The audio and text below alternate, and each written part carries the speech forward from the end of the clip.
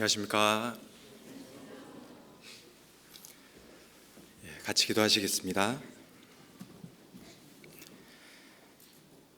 천지를 창조하신 전능하신 하나님 아버지, 저희를 먼저 사랑하시고 우리 주 예수 그리스도의 보혈로 구원해 주신 크신 은혜에 감사드립니다. 또한 이 낮고 천한 세상을 살아가는 동안에 주의 귀한 몸된 교회를 허락하셔서 함께 복음을 전하며 서로 사랑하며 살아갈 수 있는 교회를 허락하신 크신 은혜에도 감사드립니다. 오늘 주를 사랑하는 성도님들 주의 말씀 앞에 한자리에 모였습니다. 이 시간 가운데 성령께서 함께 하여 주셔서 필요한 것들을 깨달아 알 수 있도록 도와주시고 저희의 마음과 생각을 위로하여 주시고 지켜주셔서 저희가 하나님을 위해서 더욱더 힘있게 살아갈 수 있는 귀한 계기가 되는 시간이 될 수 있도록 도와주시옵소서. 지금 이 시간 전해지는 전도집회 가운데에도 성령께서 함께 하여 주셔서 들으시는 분들의 마음을 일깨워 주시고 열어주시고 하나님께서 살아계신 것과 영원한 천국과 지옥에 대한 운명을 인정하고 천국의 소망을 얻는 길까지 연결될 수 있도록 크게 역사하여 주시옵소서. 오늘 귀한 말씀의 시종도 전능하신 하나님 손길을 부탁드립니다. 저희를 사랑하시는 예수님 이름으로 기도드렸습니다. 아멘. 마태복음 4장을 보시겠습니다. 마태복음 4장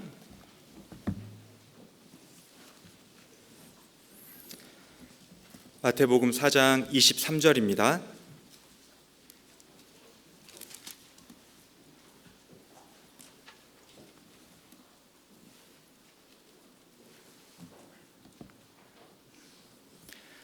마태복음 4장 23절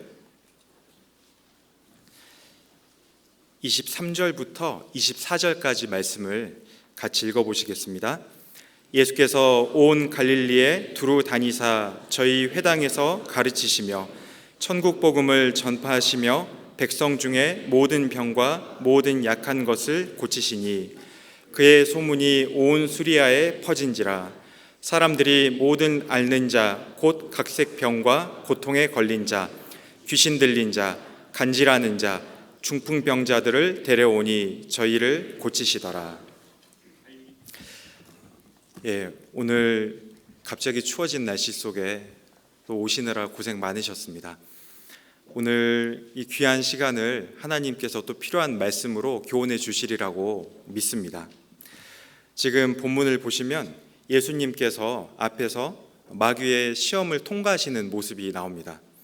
예수님께서는 마귀의 시험을 통과하신 뒤에 공생의 사역을 시작을 이제 하시는데 예수님의 사역을 정리해 보면 여러 가지 모습으로 정리할 수 있겠지만 그 중에 한 가지 또 특징이라고 할 수 있는 것이 24절 뒷부분에 있는 저희를 고치시더라라는 말씀으로 또 요약을 해볼 수가 있을 겁니다. 오늘 같이 생각해 볼 설교의 제목은 고치시는 하나님이라는 제목인데요. 초림하신 예수님께서는 영혼을 고치시는 일을 하셨습니다. 구속의 사역을 하시고 또 각 사람이 이제 예수님을 만날 때 각 사람의 영혼이 고쳐지고 구원을 받습니다. 그리고 나서 예수님이 재림하시게 되면 예수님이 이 땅에 재림하실 그때 하나님께서 세상을 창조하셨던 그 목적이 다시 원래대로 이루어지도록 이 세상도 고쳐집니다. 그래서 오늘 고치시더라라는 그 설교를 이런 흐름으로 같이 생각을 해볼 건데요. 먼저는 아담의 범죄 이래로 이 세상은 고장나게 되었다라는 부분을 첫 번째 생각을 해보고, 그 다음에는 예수님께서는 사람들의 영혼을 고치시기 위해서 이 땅에 오셨다. 예수님이 영혼을 고치시는 일을 위해서 오셨다는 것을 생각을 해보고, 그리고 마지막으로는 영혼의 고침을 받은 사람들은 다른 사람의 영혼을 고치는 일에도 동참해야 된다. 우리가 할 일에 대해서 생각해보는 이런 세 단계의 흐름으로 같이 말씀을 생각해 보려고 합니다. 먼저는 이 세상은 아담의 범죄 이래로 고장나게 되었는데 그 부분을 먼저 생각을 해보겠습니다. 23절입니다. 마태복음 4장 23절에 제가 읽겠습니다. 예수께서 온 갈릴리에 두루 다니사 저희 회당에서 가르치시며 천국 복음을 전파하시며 백성 중에 모든 병과 모든 약한 것을 고치시니, 모든 병과 모든 약한 것을 고치셨습니다. 이 세상에는 병과 약한 것들이 많이 있습니다. 처음에 하나님께서 이 세상을 창조하셨을 때는 그런 것들이 없었습니다. 이 세상은 완벽했고 이 세상은 하나님 보시기에 조화롭고 심히 아름답더라 라고 말씀을 하셨습니다. 이 세상이 참으로 아름다웠고 아담도 아주 훌륭하고 완벽하게 창조가 되었습니다. 아담의 우리가 지혜를 또 창세기에서 볼 수가 있잖아요. 아주 지혜로운 사람, 그리고 사람으로서도 성인으로 이렇게 만들어져서 완벽했었고, 또 지구의 왕이었죠. 하나님께서 이 세상을 다스리라 라고, 이 땅에 기는 것과 짐승들도 다 다스리라고 주셨기 때문에 그는 왕이었고, 또 하나님과 친밀한 교제를 나누는 그런 완벽한 상태 속에 있었습니다. 그런데 아담이 범죄하면서 죄가 이 세상에 들어왔죠. 죄가 이 세상에 들어오면서 이 세상도 저주 속에 들어가게 되어서 이제 수고와 슬픔과 병과 사망이 시작이 되었습니다. 아담의 범죄로 인해서 이 세상에 죄와 사망이 들어옴으로 인해서 우리가 사는 이 시대까지도 죄와 사망이 계속해서 이어지고 있습니다. 우리 시대를 보시면 우리 시대는 고장나 있는 시대라는 것을 금방 알 수가 있잖아요. 도덕이 망가져 있습니다. 이 세상에서는 죄를 지으면서도 서로 죄 짓는 것을 잘한다고 칭찬하는 그런 시대 속에 살고 있습니다.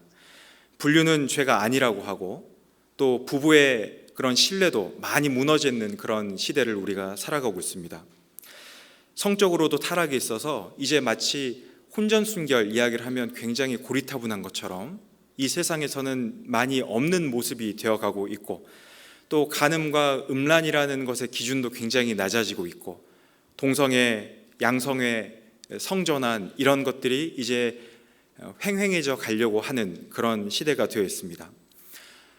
고장난 시대이기 때문에요, 이상한 사람들도 굉장히 많고 무서운 사람들도 굉장히 많습니다. 길 가다가 누가 이렇게 어깨를 부딪히고 간다든지 그러면은 어깨 탁 부딪히면요 다 그냥 이렇게 가야 됩니다. 학생들이요 막 뭐 안 좋은 모습들, 뭐 담배를 핀다든지 뭐 그런 모습들을 하잖아요. 그러면 보고도 못 본 척하고 가야지 무슨 일을 당하려고, 이제 그런 시대가 됐잖아요. 운전하실 때도 조심하셔야 돼요. 요즘 무섭고 이상한 사람들이 많아가지고 괜히 한번 내 앞에 싹 끼어들었다고 빵 한번 했다가 큰일 나는 수가 있습니다. 그런 시대가 되어버렸잖아요. 죄 때문에 하나님과 관계가 끊어져 있는, 고장나 있는 시대, 죄를 지으면서도 죄가 죄인지 모르는, 하나님이 처음에 창조하셨던 시대랑 비교를 해보면 너무나 많이 달라져 있죠. 이런 고장나 있는 시대에 예수님께서 오셨는데, 예수님이 오신 것은 고치시기 위해서 오셨다고 또 생각을 해볼 수가 있습니다. 여기 24절에 그의 소문이 온 수리아에 퍼진지라 사람들이 모든 앓는 자, 곧 각색병과 고통에 걸린 자, 귀신 들린 자, 간질하는 자, 중풍병자들을 데려오니 저희를 고치시더라. 예수님께서는 이 땅에 오셔서 사람을 고치는 일을 하셨습니다. 이 세상에서는 이런 병든 시대, 고장난 시대를 고쳐보려고 여러 가지 노력을 많이 합니다. 음악치료, 미술치료, 심리치료, 여러 가지 치료들을 많이 하잖아요. 물론 그런 치료들이요 도움이 됩니다.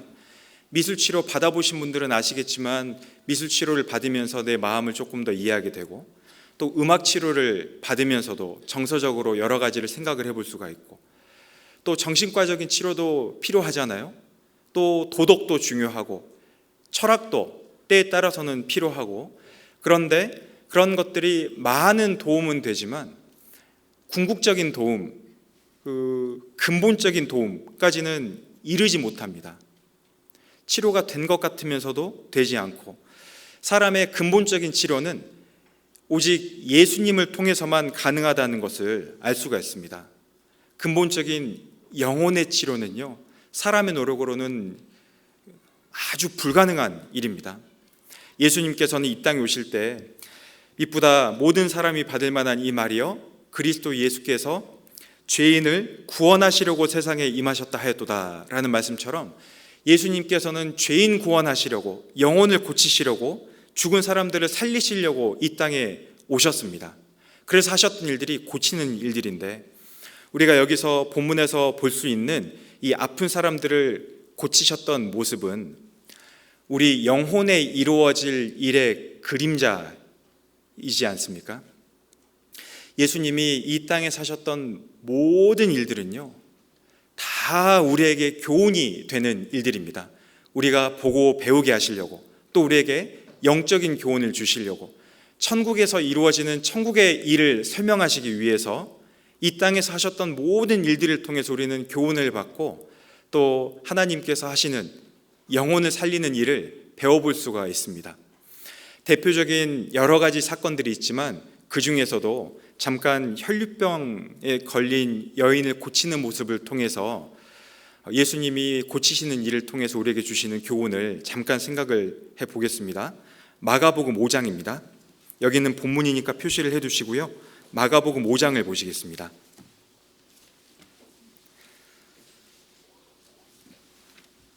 마가복음 5장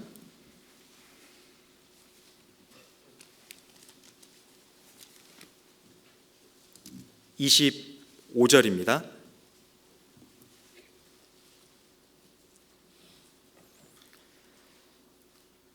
마가복음 5장 25절. 12해를 혈루증으로 앓는 한 여자가 있어 많은 의원에게 많은 괴로움을 받았고, 있던 것도 다 허비하였으되 아무 효험이 없고 도리어 더 중하였던 차에 예수의 소문을 듣고 무리 가운데 섞여 뒤로 와서 그의 옷에 손을 대니, 여기에 혈류병에 걸린 오랜 시간 동안 12해 동안이나 고통을 받았던 이 여자가 성경에 기록이 되었습니다. 병이요, 처음에 시작이 되잖아요. 그러면 초기 치료가 굉장히 중요합니다. 잘 아시죠? 그런데 초기에 잘 치료를 하지 못하고 시간이 오랫동안 지나가게 되면, 이제 이게 만성이 되면 그게 문제입니다. 피부질환 같은 것도 처음에 잘 케어가 되면은 나을 수가 있는데, 이게 만성이 되면 낫는 듯 하다가도 안 낫고 다시 또 아프고, 특히 두드러기 같은 것들 그렇잖아요. 만성 질환이 돼버리면은 이것은 고치기가 굉장히 어렵습니다. 혈류증에 걸렸는데요, 12년 동안이나 지속이 됐습니다. 만성이 돼버렸죠. 이 여자는 얼마나 괴로웠을까요? 수고와 고통 중에 살아가면서 12년이라는 시간 동안 아무리 많은 노력을 해도, 아무리 나으려고 해도 낫지 못하는 그런 상황 속에서 이 여자는요, 마음이 굉장히 낮아지고 괴롭고, 야, 이렇게 살아서 뭐하나? 이렇게 아픈데 저 사람들은 참 좋겠다. 이거 안 아파보면 모를 텐데, 다른 사람들이 위로를 해준다고 해도 아파보지도 않았으면서 뭐 하든지 여러 가지 마음속에 고통과 수고와 슬픔이 가득했을 거잖아요. 이 혈류병 걸린 여인의 모습은 구원받지 못한 사람의 그림자가 됩니다. 죄 속에 살아가는 사람, 죄 속에 나고 살고 죽고, 죄 속에 살아가다 보니까 이게 죄가 죄인지도 모르고, 죄 속에 쭉 살아가면서 죄병에 걸린 줄도 모르고 죄를 계속해서 반복해서 짓는 만성이 되어버렸습니다. 이 사람들은요, 세상에 구원받지 못한 사람들은 마음속에 얼마나 많은 고통과 괴로움과 수고와 슬픔이 있는지 몰라요. 한 번씩 그런 생각 해보시죠. 구원 못 받은 사람들 이렇게 쭉 보면은, 도대체 왜 살까? 무슨 낙으로 살까? 저 사람들은 삶의 목적이 뭘까? 그런 생각 해보신 적 있으시죠? 우리는 사는 목적을 아니까 힘들지만은 그래도 살아가는데, 어려울 때 그래도 살아야지, 그래도 해야지, 우리가 복음 전해야지, 그렇게 하는데, 그것을 모르는 사람들은 왜 살까요?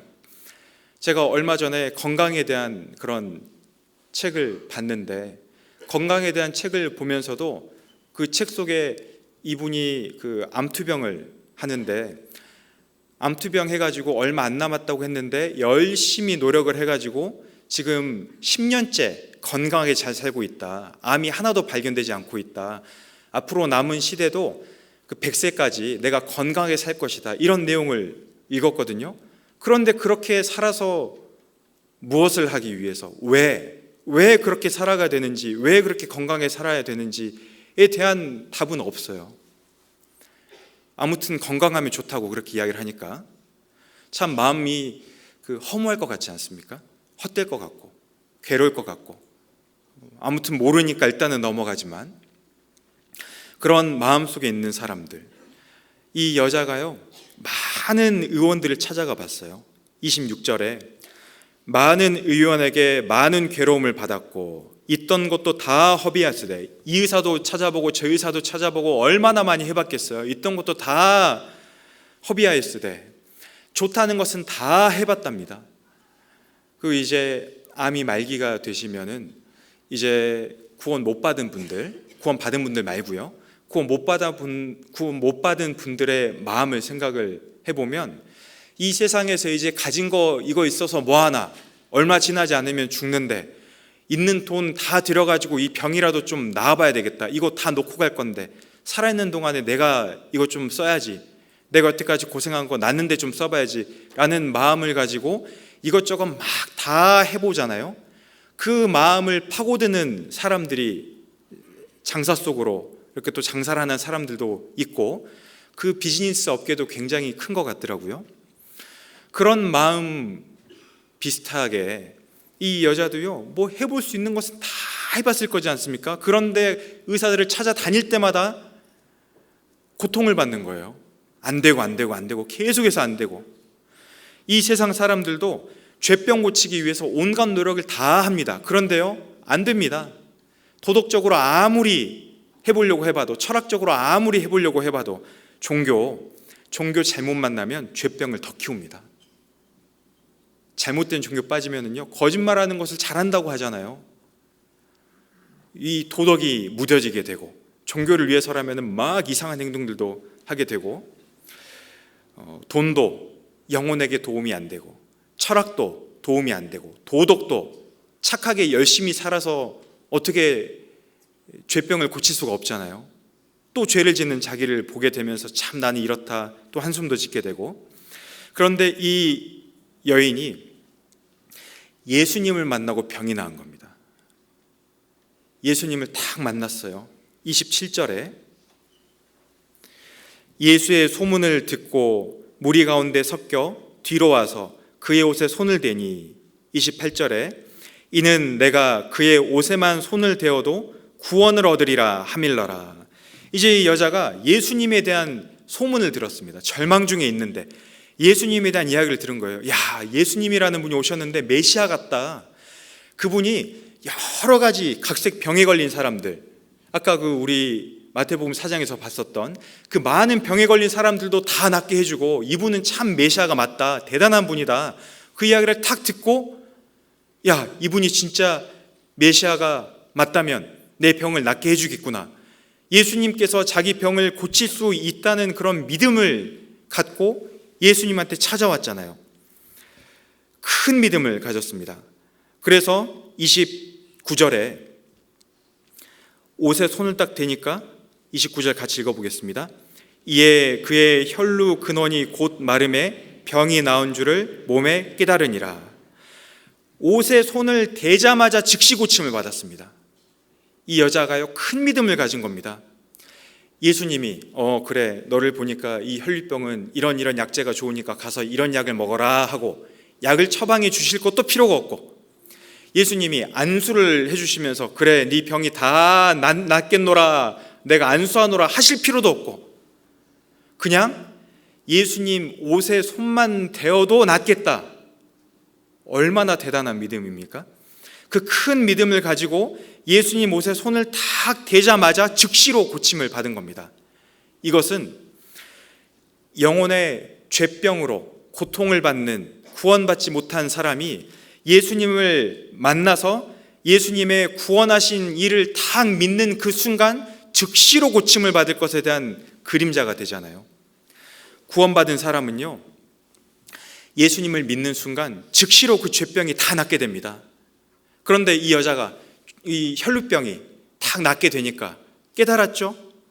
29절에 이에 그의 혈루 근원이 곧 마름에 병이 나온 줄을 몸에 깨달으니라.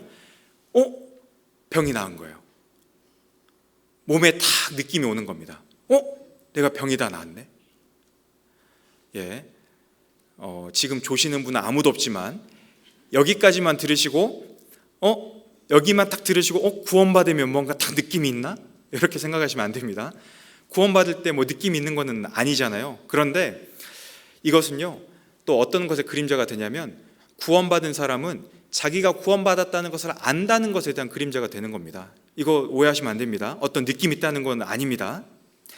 구원받은 사람은 자기 죄가 용서를 받을 때요, 구원받았다는 것을 압니다. 특별한 체험이나 특별한 느낌이나 특별한 경험을 가지고 아는 것이 아니고 우리는 어떻게 알죠? 말씀을 통해서 알지 않습니까?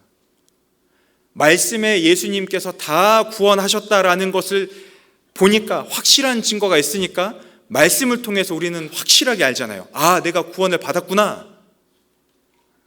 하나님도 아시고 나도 알고, 그리고 말씀을 통해서 구원의 확신을 얻고, 혹시 구원의심 있으신 분들은요,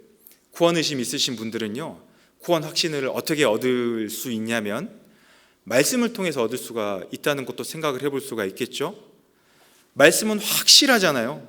내가 아무리 의심을 해도 말씀에서는 다 이루었다 하시니까, 죄를 사하셨은즉 다시 제사 드릴 것이 없느니라 하셨으니까, 영원한 속죄를 이루사, 죄가 속할 속자의 갚을 죄의 죄, 갚을 속자의 죄의 죄자니까 죄를 갚는다는 뜻이잖아요. 속죄, 죄를 갚는다. 영원한 속죄를 이루사, 영원히 죄 용사는 죄 속죄죠. 영원히 죄 갚는 일을 이루셨다. 성경에 나와 있으니까 성경을 보면 확실하게 믿을 수가 있잖아요. 구원의 확신을 얻을 수가 있습니다. 그리고 살아가면서도 내 삶이 바뀌어요. 내가 이런 사람이 아닌데, 내 삶이 바뀌어가는 것을 통해서도 내가 구원받았구나 라는 것을 알 수가 있게 됩니다. 그런데 이 여자가 자기 병이 나은 줄도 알았는데 예수님께서 어떻게 하셨냐면, 그래, 어떤 여자가 혈루병이 다 나았구나, 믿음을 가지고 내 옷자락에 손을 대었더니 이 여자가 다 나았구나, 그래, 그랬구나 하고 가신 것이 아니고, 예수님께서는 30절에 예수께서 그 능력이 자기에게 나간 줄을 곧 스스로 아시고 무리 가운데서 돌이켜 말씀하시되 누가 내 옷에 손을 대었느냐 하시니, 제자들이 여짜오되 무리가 애워싸 미는 것을 보시며 누가 내게 손을 대었느냐 물으시나이까 하되, 예수님께서요, 누가 내 옷에 손을 대었느냐라고 말씀하셨어요. 제자들이요, 예수님, 이렇게 많은 사람들이 모여가지고 무리가 막 미는데 누가 손 대었냐고 물어보십니까? 어떻게 합니까? 라고 제자들이 되물은 거죠. 그런데 예수님께서는 누가 손을 댔는지 몰라서 물어보신 것이 아닙니다. 아시죠? 아시는데 이 혈류병이 나은 여자에게요, 기회를 주는 거예요. 자기에게 이루어진 일을 주변에게 알릴 수 있는 기회를 주시는 겁니다. 그래서 32절에 예수께서 이 일 행한 여자를 보려고 둘러보시니, 33절에 여자가 제게 이루어진 일을 알고 두려워하여 떨며 와서 그 앞에 엎드려 모든 사실을 여짜오되, 예수께서 가라사대 딸아 내 믿음이 너를 구원하였으니 평안히 가라, 내 병에서 놓여 건강할지어다. 이 여자가 이제 숨길 수 없다는 것을 알고 예수님 앞에 나와가지고 엎드려서 자기에게 일어난 모든 일을 다 고했다 그랬잖아요. 제가 혈류병에 걸렸었는데 12년 동안 고생을 했었는데 지금 예수님 옷자락을 만져서 병이 다 나았습니다. 이루어진 일을 고백할 수 있는 기회를 주시는 겁니다. 누가 내 옷에 손을 대었느냐 이렇게 물어보심으로 말이죠. 이것이 또 우리 구원받은 그리스도인들에게 또 교훈이 되고 또 그림자가 됩니다. 우리 구원받은 그리스도인들은 우리에게 이루어진 일들을 주변에 고백하면서 살아갑니다. 우리가 만나서 전도하는 사람들에게 내가 이렇게 살았었는데, 예수님을 만나서 이렇게 삶이 변했다, 내가 이런 죄병 속에 살고 있었는데 죄병이 다 고쳐져 가지고 이렇게 그 의인의 길을 걸어갈 수 있도록 예수님 닮는 길을 살아가고 있다, 또 삶으로도 보여주고, 하나님께서는 우리에게 그런 기회를 주신다는 것도 알아야 됩니다. 우리 만나는 사람들에게, 우리 또 복음 전하는 그 사람들에게 우리의 행동을 통해서, 우리의 말을 통해서 우리에게 일어난 일을 이야기할 수 있는 기회를 주신다는 것을 알 수가 있잖아요. 이런 것처럼 예수님이 이 땅에 오셔서 고치셨던 일들은 우리 영혼에 일어날 일에 대한 그림자로 보여주시는 겁니다. 모든 것이 다 교훈이 됩니다. 예수님께서 이 땅에 오셔가지고 하신 일 중에 하나도 의미가 없는 일은 하나도 없습니다. 다 의미를 가지시고 우리에게 교훈을, 본을 보이시기 위해서, 또 가르치시기 위해서 보여주셨습니다. 예수님께서는 이 땅에 오셔서 고치는 일을 하셨습니다. 사람의 영혼을 고치는 일에 대한 그림자로 보여주셨죠. 사람을 만드신 분께서는 사람을 고치실 수가 있습니다. 시편 30편 2절입니다. 시편 30편 2절.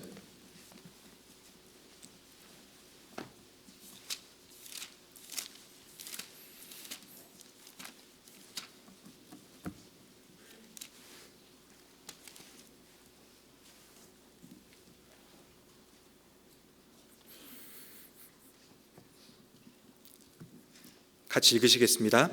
여호와 내 하나님이여, 내가 주께 부르짖음에 나를 고치셨나이다. 여호와 내 하나님이여, 내가 주께 부르짖음에 나를 고치셨나이다. 성경에 보면 고치신다는 표현이 많이 나옵니다. 하나님께서는 사람을 고치십니다. 우리의 영혼을 낫게 하시고, 그리고 우리의 삶도 송두리째 완전히 다 바꾸실 수가 있습니다. 자꾸 고쳐지는 일로 만들어 가시죠. 그래서 우리는 새로운 피조물이라 그렇게 말씀을 하시잖아요. 이전 것은 지나갔으니 보라 새 것이 되었도다. 새 것으로 다시 고쳐서 만들어 주시는 분이 하나님이신데, 하나님께서 사람을 고치셔요. 아담 이래로 죄로 인해서 고장내는 사람을 고치십니다. 그래서 먼저는 우리의 영혼을 고치십니다. 우리 영혼을 고치시죠. 죄 때문에 죄병 속에 있었던 우리 영혼이 고쳐지고 우리 죽은 영혼이 살아나게 됩니다. 그리고 신앙의 성장까지도 고쳐가십니다. 이사야 57장입니다. 이사야 57장 18절.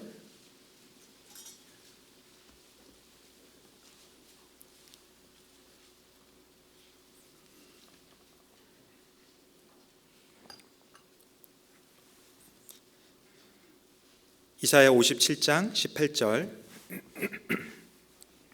같이 읽겠습니다. 내가 그 길을 보았은즉 그를 고쳐줄 것이라. 그를 인도하며 그와 그의 슬퍼하는 자에게 위로를 다시 얻게 하리라. 여기서 그를 고쳐줄 것이라 라고 말씀하신 것은 그 이스라엘 민족에 대한 말씀입니다. 이스라엘 민족이 우상 숭배를 하고 죄 가운데 이렇게 많이 고장나 있는데, 망가진 길을 걸어가는데, 많이 병들어 있는데 그들을 고쳐줄 것이라.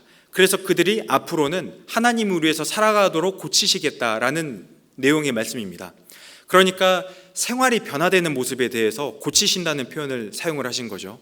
우리 신앙생활에서도 구원받기 전에 삶에서 구원받은 후의 삶으로, 구원받기 전에 걸었던 죄의 길에서 구원받은 후에 하나님을 섬기는 길로 우리의 각자의 인생을 고쳐가십니다. 행동을 고치시기 위해서 먼저는 생각을 고치시고 마음을 고치시고, 생각과 마음이 고쳐진 것을 통해서 우리의 행동도 고쳐가십니다. 우리 앉아 계시는 우리 형제 자매님들 구원받으실 때 그때 생각을 해보시면 우리의 생각이 고쳐졌잖아요. 로마서 8장입니다. 로마서 8장 펴보시겠습니다. 로마서 8장 5절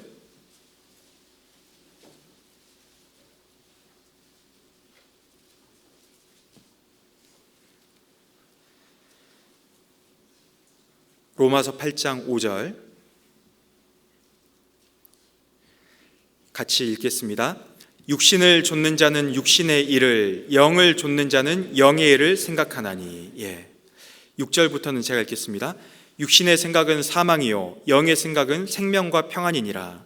육신의 생각은 하나님과 원수가 되나니 이는 하나님의 법에 굴복치 아니할 뿐 아니라 할 수도 없음이라. 구원받기 전에 무슨 생각을 많이 하셨습니까? 구원받기 전에 우리 구원 못 받은 사람들 생각을 해보면은, 구원 못 받은 사람들은 이 세상 살아갈 때 무슨 생각을 많이 하면서 살아갈까요? 우상을 좇고 땅의 일을 생각하고 하나님과 벗어난 것들을 많이 생각하셨잖아요.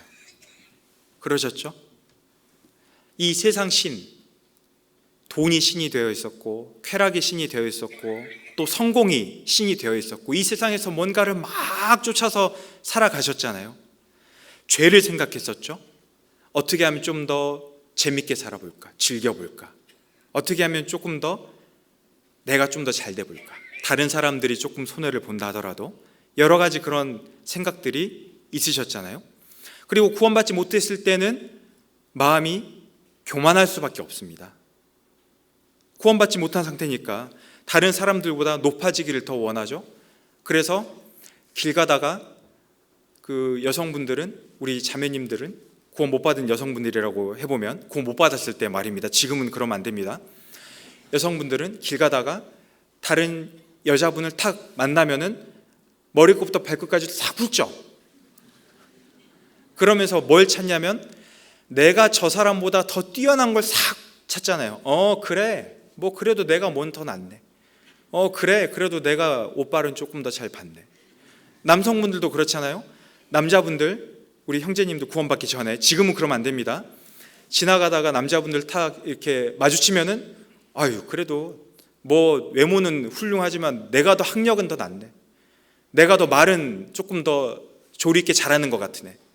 아니면 하다못해 내가 키가 조금 더 크네 라든지, 아무튼 그런 좀 남들보다 높아지고 싶은 그런 마음, 그런 교만한 마음들이 있잖아요. 그런데 구원을 받고 나면 그 생각들이 자꾸 영의 생각으로 바뀌어가지 않습니까? 여기 5절에 있는 것처럼 육신을 좇는 자는 육신의 일을, 영을 좇는 자는 영의 일을 생각하나니. 하나님께서는 구원을 받은 사람의 생각을 바꿔가십니다. 이 육신의 생각은 자꾸 부숴가십니다.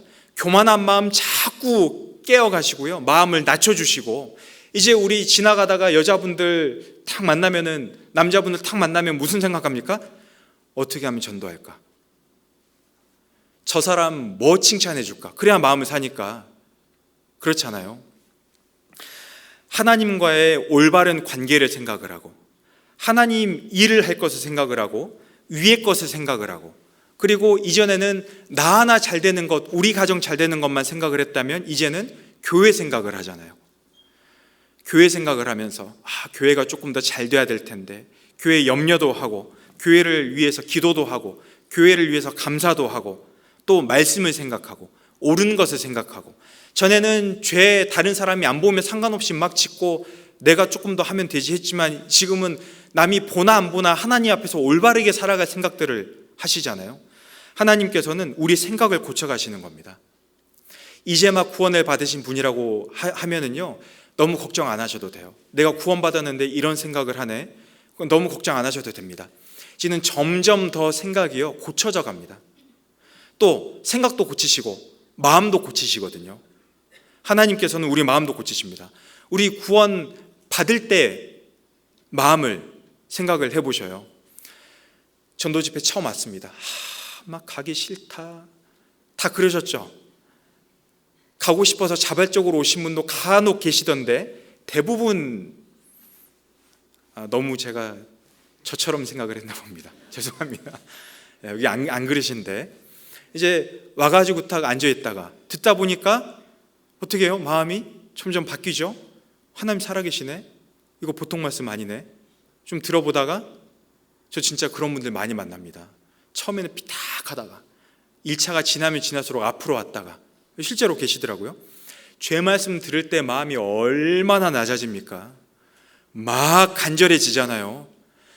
이 세상에 뭐 아무리 많은 거 준다 하더라도 영원한 지옥 생각하면은 막 떨리고 막 마음이 그거요. 사람은 사람 마음 못 바꿉니다. 사람이 사람 마음 바꿀 수 있으면은 이 세상에 잘못된 사람 하나도 없어요. 부모님 말을 다 자녀들이 잘 들어가지고요. 자녀들이 부모님 말하는 대로 말씀대로 다 막 바뀌면은 부모가 말한 대로 자녀가 다 막 바뀌면은요. 이 세상에 잘못된 사람 하나도 없잖아요. 아무리 부모가 말해도 자녀는 마음 바꾸기가 어렵잖아요. 사람이 말해가지고 사람 마음 바꾸는 게 그 보통 일이 아닙니다. 그런데 말씀 듣다 보니까 마음이 그렇게 낮아지잖아요. 그거 성령의 역사입니다. 하나님이 마음 바꾸시는 겁니다. 이 돌 같은 마음이 하나님 말씀의 방망이로 다 깨부수니까 마음이 다 깨져가지고 낮춰져 있다가 구원을 탁 받으니까 마음속에 기쁨이 생기죠. 평안이 오잖아요. 그때부터 하나님을 위해서 살고 싶은 마음, 어두운 마음에서 밝은 마음으로 탁 바뀌게 되고, 만물보다 거짓되고 심히 부패한 마음에서 이제 거룩한 마음으로, 예수님 닮은 마음으로 예수의 마음을 가졌노라 라고 고백을 하는 그 사도 바울처럼 우리가 예수님 마음을 닮아가려고 마음이 막 고쳐져 가잖아요. 구원받을 때 하나님께서 청결한 마음을 주시고 온전한 마음을 주시고 또 하나님의 뜻을 행하고자 하는 그런 마음도 주시고 담대한 마음도 주시고 그렇게 살아가야 되겠다. 이것이요, 구원받기 전에 내 마음이랑 지금 마음이랑 비교해 보셔요. 너무나도 많이 바뀌었습니다. 하나님께서는 우리 각자의 생각도 바꾸시고 마음도 바꾸시고, 그리고 마음이 바뀌면 이제 행동도 바뀝니다. 우리의 삶의 그런 모습들, 행동들도 하나님은 바꿔가십니다. 처음 읽었던 본문 마태복음 4장을 보시겠습니다. 마태복음 4장 24절입니다.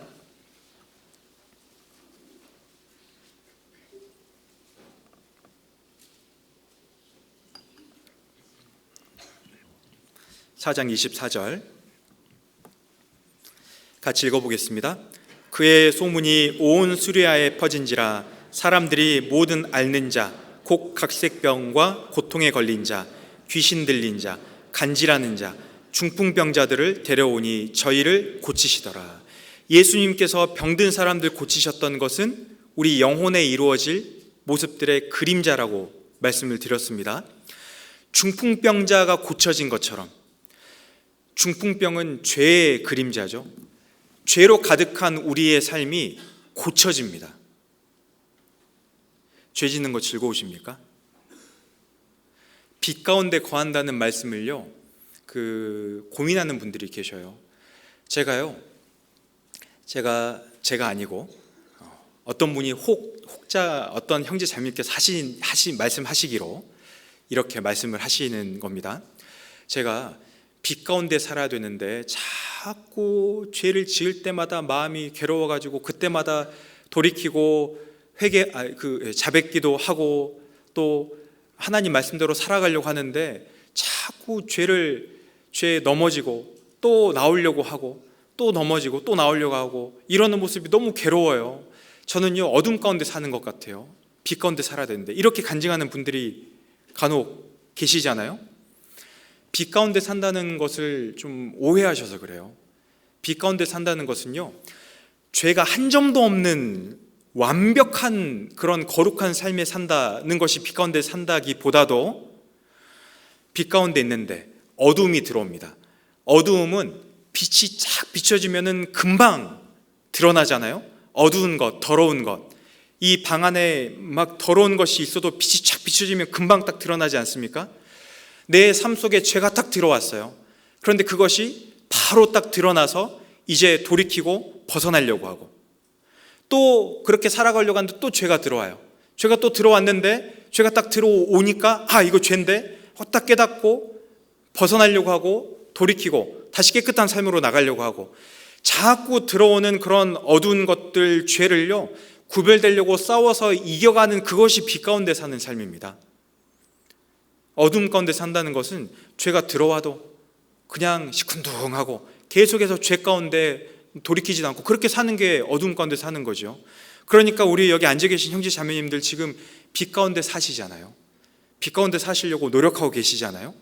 죄가 들어왔을 때 자꾸 막 이렇게 구별되려고. 죄 지는 게 즐겁지 않잖아요. 죄 지으면은 순간은 그래도, 순간은 쾌락이 있어도 금방 막 괴롭잖아요. 왜 그랬을까? 안 그래야 되는데.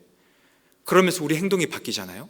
우리 행동이 고쳐져 가는 겁니다. 마치 문둥병자가 깨끗해진 것처럼 우리 죄 가운데 있는 삶이 깨끗해지는 겁니다. 여기 간질하는 자가 고쳐진 것처럼 간질하는 것, 그 잘못된 행동들, 부족한 행동들이 싹 온전해지는 그런 모습으로 행동이 자꾸만 변해갑니다. 언어 생활도 바뀌죠. 마음이 바뀌면 이 행동도 바뀝니다. 입술의 열매도 고치신다고 말씀을 하셨기 때문에 하나님께서는 우리의 삶을 고쳐가십니다. 그런데 우리의 삶을 고치실 때에는 말씀과 성령으로 고치십니다. 사도행전 10장입니다. 사도행전 10장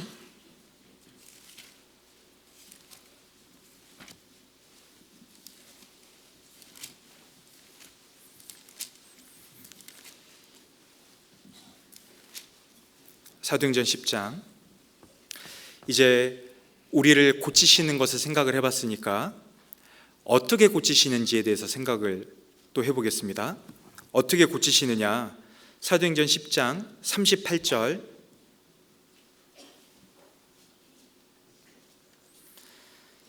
같이 읽겠습니다.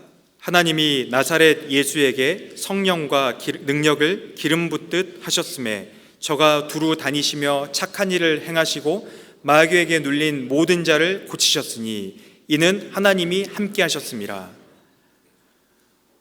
어떻게 고치셨습니까? 여기에 모든 자를 고치셨으니 마귀에게 눌린 자, 이 세상의 모든 고장난 것들, 죄와 병과 수고와 슬픔은 마귀로부터 온 것입니다. 마귀에게 눌린 모든 자를 고치셨으니 어떻게 고치셨냐면 38절에 하나님이 나사렛 예수에게 성령과 능력을 기름 붓듯 하셨음에 저가 두루 다니시며 성령과 능력을 부으셔서 성령과 능력으로 성령의 역사하심과 능력으로 고치셨던 것입니다. 우리의 삶도 하나님께서는 성령을 통해서 고치십니다. 맞죠? 그런데 성령을 통해서 고치실 때 성령께서는 우리의 삶을 고치시는 그 성령께서는 말씀을 통해서 고치신다는 것을 또 우리는 알아야 됩니다. 하나님의 말씀이 너희 믿는 자 속에서 역사하느니라 라고 말씀을 하셨기 때문에 우리가 말씀을 보고 듣고 배우고 읽을 때 그 말씀을 성령께서 다 깨우치게 하셔가지고 그 말씀을 통해서 우리를 때로는 두드리시고 때로는 일깨우시고 때로는 새롭게 하시고 말씀을 통해서 성령께서 우리의 삶을 점점 더 변화시키시고 고쳐가십니다. 그러니까 말씀을 얼마나 가까이 해야 되겠습니까? 그래서요, 주일 말씀이 굉장히 중요한 겁니다. 그리고 이런 수요 말씀도요, 굉장히 중요한 겁니다. 그리고 모임 말씀, 구역 모임 말씀, 조모임 말씀, 또 각 부서의 말씀, 우리 교회는 말씀이 많이 공급이 잘 되고 있잖아요. 그런 말씀들을 통해서 성령께서 일하시면 우리의 삶도 고치셨으니 우리의 삶도 점점 더 고쳐져 갑니다. 그리고 또 성령께서 크게 일하시는 곳이 어디냐면은 교회죠. 교회 안에 고린도전서 1장입니다. 고린도전서 1장 8절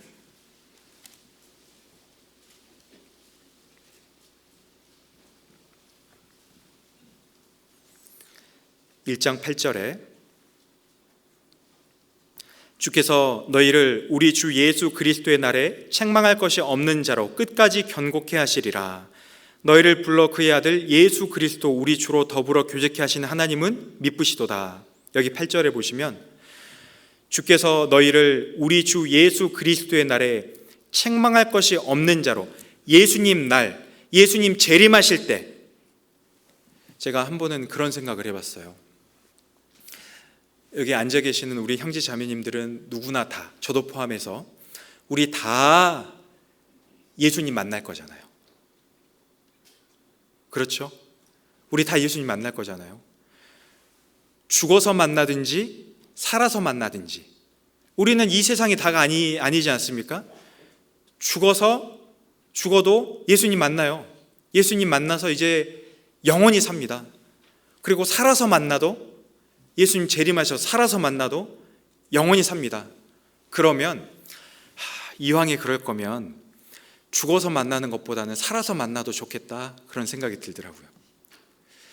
우리 이완 목사님 항상 이야기하시는 살아계신 동안에 꼭 오실 것 같다는 그 말씀이 공감이 됩니다. 살아서 만났으면 좋겠다, 그런 생각이 들더라고요. 그런데 우리는 만날 거잖아요. 예수님 우리 만날 때, 그때 우리 주 예수 그리스도의 날에 책망할 것이 없는 자로 끝까지 경고케 하시리라. 그때 어떤 사람은 책망할 것이 있는 사람이 있을 겁니다. 어떤 사람은 책망할 것이 없는 사람이 있을 거예요. 예수님 딱 우리 이제 만났습니다. 만났는데 예수님이요 막 책망하실 일이 있는 사람과 책망할 일이 없는 사람이 있을 겁니다. 어떻게 하면 책망할 일이 없을까요? 여기 8절에 이어서 9절에 교제에 대해서 이야기를 하시잖아요. 경고케 하시리라. 너희를 불러 그의 아들 예수 그리스도 우리 주로 더불어 교제케 하신 하나님은 미쁘시도다. 그러니까 교제 안에 있으면서, 우리가 교제 안에 거하면서 점점 더 책망할 것이 없는 자로 하나님께서 만들어 가십니다. 우리 지금 말씀으로 교제하는 시간인데, 우리 말씀으로 교제케 하시는 분은 하나님이십니다. 여기 우리 주로 더불어 교제케 하시는 하나님은 미쁘시도다. 우리 여기 청년분들도 계시는데 이 자리에 오신 이유는 부장님이 오라고 해서 온 게 아니죠. 우리 앉아 계시는 우리 봉사의 어머니의 은장의 분들은 우리 조장님, 구역장님, 권역장님들이 오라고 해서 온 것이 아니죠. 우리가 말씀으로 이렇게 교제하는 것은 하나님이 그렇게 하라고 시켰으니까 하나님 뜻대로 앉아 있는 겁니다. 교제케 하시는 하나님께서 교제케 하셨다고 했잖아요. 교제 가운데 있으면은요 우리의 삶이 고쳐져 갑니다. 하나님께서는 교회 안에서요 여러 가지 인격적인 훈련을 받게 하십니다. 이런 사람도 만나게 하시고 저런 사람도 만나게 하시고, 이런 환경에도 놓여보게 하시고 저런 환경에도 놓여보게 하시고, 이런저런 환경을 막 겪으면서 이제 성령의 일하심을 통해서 이런 말씀들이 그런 각 상황들에 적용이 됩니다. 그래, 이럴 때는 이렇게 해야 되는구나. 그래, 저럴 때는 이런 말씀이 위로가 되는구나. 아, 그래, 이런 말씀은 이럴 때 묵상을 하라고 주셨구나. 이럴 때는 이렇게 해야 되는구나 하고 교회 안에서 말씀이 깨달아지고 우리 인격적인 부분들이 깎여지게 되고 다듬어지게 되고, 그러면서 점점 더 예수님을 닮아갑니다. 아, 예수님이 허리에 띠를 두르시고 제자들의 발을 씻기실 때 이런 모습으로 이런 마음으로 섬기셨겠구나. 예수님의 마음이 조금씩 더 알아가지게 되고, 그러면서 예수님을 닮아가게 되고, 그러면서 우리의 행동도 고쳐져 가게 되지 않습니까? 교회 안에서도 고치십니다. 말씀으로도 고치시고 교회 안에서 고치시고 성령께서, 그리고 때로는 하나님께서는요 징계를 통해서도 고치십니다. 히브리서 12장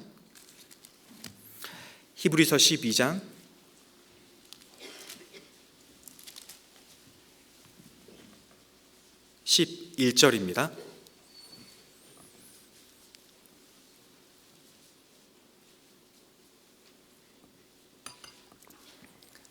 12장 11절에 무릇 징계가 당시에는 즐거워 보이지 않고 슬퍼 보이나 후에 그로 말미암아 연달한 자에게는 의의 평강한 열매를 맺나니, 12절 13절을 같이 읽겠습니다. 그러므로 피곤한 손과 연약한 무릎을 일으켜 세우고 너희 발을 위하여 곧은 길을 만들어 저는 다리로 하여금 어그러지지 않고 고침을 받게 하라. 우리 삶 속에 더러운 것, 악한 것이 들어오면, 죄가 들어오면 하나님께서 때에 따라서 징계하시는 손길이 있습니다. 그런데 징계를 받으실 때 또 오해하시면 안 됩니다. 하나님 징계 어떤 마음으로 하실까요? 징계 채찍을 들으시고 너 이런 죄를 지었어? 이놈 맞아라! 이 정도 죄를 지었지? 그래. 이 정도 죄는 이 정도 벌을, 이 정도 고통을 받아야 돼. 그냥 넘어갈 줄 알았어. 이 정도 고통을 받아라. 이놈 너 죽어라. 이렇게 징계하시는 것이 아니잖아요. 꼭 징계를요, 그런 식으로 오해하는 분들이 계셔요. 하나님을 굉장히 속이 좁은 존재로, 하나님 앞에 내가 이 정도 죄를 딱 지었으면 이 정도 징계 딱 받고, 그래, 그럼 이제 해결 딱 끝. 이 정도 죄를 지었으면 그래, 이 정도 징계 딱 받고, 그래, 징계 딱 받았으니까 꼭 빚 갚은 것처럼 그래, 해결 딱 끝. 그런데 징계는요, 그렇게 하나님 주시는 게 아닙니다. 하나님이 우리 미워서 주시는 것도 아니고 우리 싫어서, 괘씸해서, 고약해서 주시는 것이 아니고, 하나님이 우리를 징계하시는 이유는 사랑하셔서 고치시려고 주시는 겁니다. 우리 삶 속에 죄가 들어오면은 우리 신앙생활이 또 고장나요. 또 망가집니다. 우리 죄가 들어오면은요, 신앙이 이렇게 됩니다. 12절에 있는 것처럼 피곤한 손과 연약한 무릎을 일으켜 세우고, 피곤해집니다. 신앙이요. 그리고 신앙이 연약해집니다. 그리고 13절에 있는 것처럼 너희 발을 위하여 곧은 길을 만들어 저는 다리로 하여금, 신앙생활이요, 이렇게 절어요. 저는 다리. 어그러지지 않고 고침을 받게 하라. 다리가 어그러져 있습니다. 죄가 들어오면은. 하나님이 징계를 주시는 이유는 징계를 통해서요, 피곤한 손과 연약한 무릎을 일으켜 세우고, 저는 발을 위하여 곧은 길을 만들어 저는 다리로 하여금 어그러지지 않고 고침을 받게 하라. 하나님께서 우리에게 징계를 통해서 원하시는 것은 피곤한 손과 연약한 무릎을 일으켜 세우기를 원하시는 겁니다. 일어나라. 그 죄 속에서 일어나라. 그리고 하나님이 원하시는 것은 곧은 길을 만들어라. 저는 다리로 하여금 어그러지지 않고 고침을 받게 해라. 하나님은 고치시려고 징계 주시는 겁니다. 그러니까 징계는요, 사랑인 거예요. 포기하지 않으시는, 나를 포기하지 않으시고 세우시려고 사랑으로 주시는 교정의 손길입니다. 때로는 징계를 통해서도 고치시고, 또 필요한 대로 건강도 쓰십니다. 초등학생 아이들 중에 그런 질문을 하는 경우가 있죠. 교회 형제 자매님들 중에 누가 다쳤대요. 누가 다친 이야기를 들으면요, 초등학생 형제, 우리 초등부 형제 자매들 중에 어떤 아이들은요, 선생님, 그분 왜 다쳤어요? 징계 받았대요? 아무튼 다치면 징계래. 욥기 5장입니다. 욥기 5장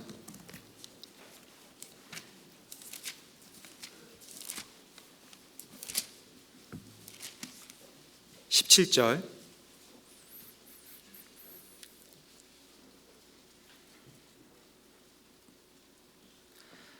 볼지어다 하나님께 징계받는 자에게는 복이 있나니 그런즉 너는 전능자의 경책을 업신여기지 말지니라. 18절 같이 읽겠습니다. 하나님은 아프게 하시다가 싸매시며 상하게 하시다가 그 손으로 고치시나니. 여기 지금 욥의 친구들이, 욥이 몸이 아프고 막 고난을 받으니까요, 너 죄졌다, 너 죄져서 지금 징계받는 거다, 너 징계받으니까, 징계받는 자에게는 복이 있으니까 너는 하나님의 경책을 경히 여기지 말아라, 너 지금 징계받는 거 인정해라, 그렇게 이야기를 하면서 한 이야기입니다.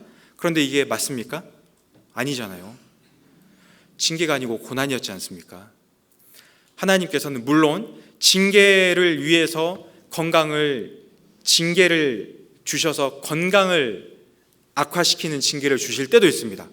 그런데 무조건 건강이 악화됐다고 해가지고 그게 다 징계라는 법은 없어요. 때로는 이 건강을 치는 것을 허락하시는 것은요, 하나님의 고난일 때도 있습니다. 고난의 연단일 때도 있어요. 우리의 삶을 고쳐가시기 위해서 건강도 쓰신다는 것을 알아야 됩니다.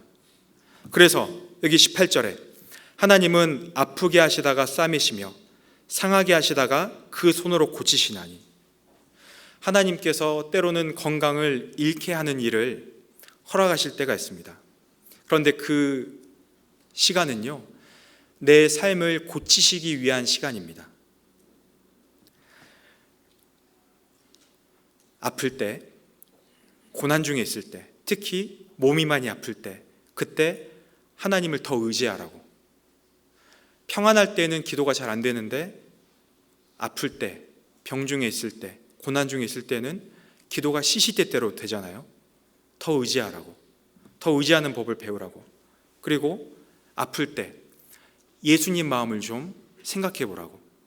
예수님 십자가에서 받으셨던 고난을 생각해 볼 때 예수님이 그 고난을 즐거움을 보시고 참으셨다는 말씀을 통해서 이런 고난을 사람의 영혼 구원받을 것 생각하면서 이런 고난보다 더 극한 것을 참으셨구나. 예수님 마음을 또 생각을 해보시게 하기 위해서. 그리고 동병상련이라고 하지 않습니까? 아파 볼 때 다른 아픈 형제자매님들의 마음을 이해해 볼 수 있게 하기 위해서 나를 더 나은 그리스도인으로 고쳐가시기 위해서 건강을 잃는 것을 허락하실 때가 있습니다. 그럴 때 우리는요, 잘 배워야 됩니다. 그리고 고쳐달라고 기도해야 돼요. 여기 분명히 말씀하셨잖아요. 18절에 아프게 하시다가 싸매시며 상하게 하시다가 그 손으로 고치시나니. 아프게 하는 권한도 하나님께 있고 낫게 하는 권한도 하나님께 있고 하나님께서 나에게 뜻하시고 계획하신 시간이 딱 되면요, 이제 고쳐주실 겁니다. 내가 아픈 시간을 통해서 배워야 될 것을 다 배우고 내가 더 삶이 고쳐지고 나면은요, 나를 이제 다시 낫게 하실 겁니다. 병 낫기를 위하여 서로 기도하라 말씀하셨습니다. 마음이 아프신 분들도 내가 아무리 해도 안 나아요. 몰라, 포기해버려. 난 이렇게 살 거야. 이렇게 하시면 안 됩니다. 병 낫기를 서로 기도하라 했기 때문에 낫기를 위해서 기도해야 돼요. 계속해서. 그러면 그 시간이 지나면 반드시 하나님은요, 낫게 하실 겁니다. 이것이 하나님의 선한 뜻이라는 것을 믿어야 됩니다. 처음 읽었던 말씀 마태복음 4장 24절 돌아가셔서 24절 같이 읽고 마무리하려고 합니다. 4장 24절 같이 읽으시겠습니다. 그의 소문이 온 수르야에 퍼진지라. 사람들이 모든 앓는 자 곧 각색병과 고통에 걸린 자 귀신 들린 자 간질하는 자 중풍병자들을 데려오니 저희를 고치시더라. 예수님께서 병에 걸린 것들, 약한 것들을 고치셨다는 소문을 들었을 때 그 소문을 들은 사람들이 이 아픈 사람들을요, 24절에 중풍병자들을 데려오니 저희를 고치시더라 그랬죠. 그 소문을 들은 사람들이 아픈 사람들, 병자들을 데리고 예수님께 왔어요. 안 데리고 왔으면 이 사람들이 나았을까요? 못 나았죠. 데리고 와서 이 사람들을 예수님께서 낫게 하셨습니다. 하나님께서 우리를 고쳐주셨습니다. 고침을 받은 우리는 아직 고침받지 못한 사람들을요, 예수님께로 데리고 와야 됩니다. 나만 고침받으면 안 되잖아요.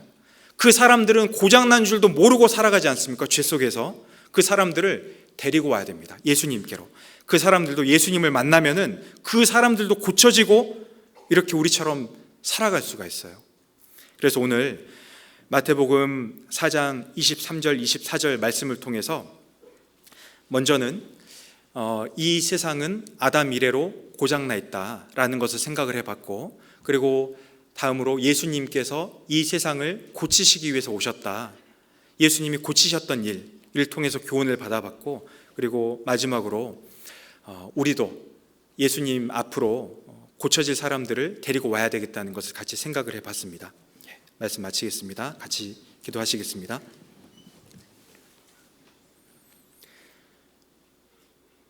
하나님 감사합니다. 오늘 또 어려운 중에 나와 있는 형제 자매님들 마음 가운데 말씀으로 위로하여 주시고 힘을 주신 크신 은혜에 감사드립니다. 주를 위해서 수고하는 형제 자매님들 1년을 열심히 살아오고 이제 연말을 향해 가고 있습니다. 마무리를 주 뜻 안에서 잘 하고 또 하나님 안에서 행복한 시간들을 보내고 그 기쁨으로 또 주를 위해서 열심히 살아갈 수 있도록 도와주시옵소서. 이후에 있는 모든 시간들도 전능하신 하나님 손길에 부탁드립니다. 저희를 사랑하시는 예수님 이름으로 기도드렸습니다. 아멘.